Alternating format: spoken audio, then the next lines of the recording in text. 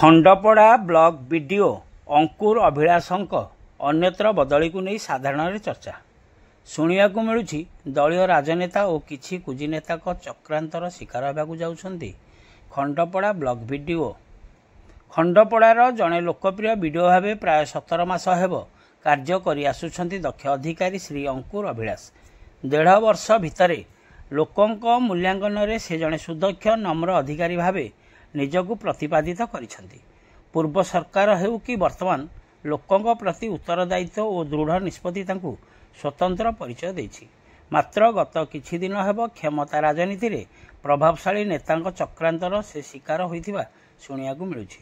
ନିଜର ସ୍ୱାର୍ଥ ସାଧନ ନ ହେବା ଯୋଗୁଁ ଏବେ ପାୱାର କରିଡରରେ ତାଙ୍କ ବଦଳି ସୁପାରିଶ ଏଥିନେଇ ଚିଠି ଲେଖାଯାଇଥିବା କଥା ମଧ୍ୟ ଶୁଣିବାକୁ ମିଳୁଛି। ଫଳରେ ଖଣ୍ଡପଡ଼ା ଅଞ୍ଚଳରୁ ଜଣେ ସୁଦକ୍ଷ ଅଧିକାରୀଙ୍କୁ ଅନ୍ୟତ୍ର ନେବାର ଉଦ୍ୟମ ଚାଲିଥିବା ସ୍ପଷ୍ଟ ହୋଇଛି, ଯାହାକୁ ସାଧାରଣରେ ଲୋକମାନେ ନାପସନ୍ଦ କରିଛନ୍ତି। ସ୍ଥାନୀୟ ରାଜନେତାଙ୍କ ଏଭଳି ମାନସିକତା ଯୋଗୁଁ କେବଳ ଖଣ୍ଡପଡ଼ା ବ୍ଲକ ବିଡିଓ ନୁହନ୍ତି, ଅନ୍ୟ ବିଭାଗର ଅଫିସରମାନେ ମଧ୍ୟ ଖଣ୍ଡପଡ଼ାରୁ ଅନ୍ୟତ୍ର ବଦଳି ହେବା ପାଇଁ ଯାଉଛନ୍ତି। ଫଳରେ ଖଣ୍ଡପଡ଼ାର ଉନ୍ନତି କଥା ତ ଦୂର, ଅବନତି ହେବା କଥା କିନ୍ତୁ ସ୍ପଷ୍ଟ ବାରି ହୋଇପଡ଼ୁଛି।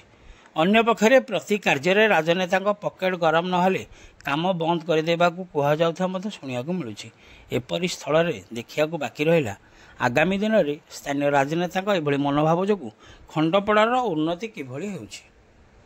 ଖଣ୍ଡପଡ଼ାରୁ ସନ୍ତୋଷ କୁମାର ସାହୁଙ୍କ ରିପୋର୍ଟ, ଖଣ୍ଡପଡ଼ା ଖବର।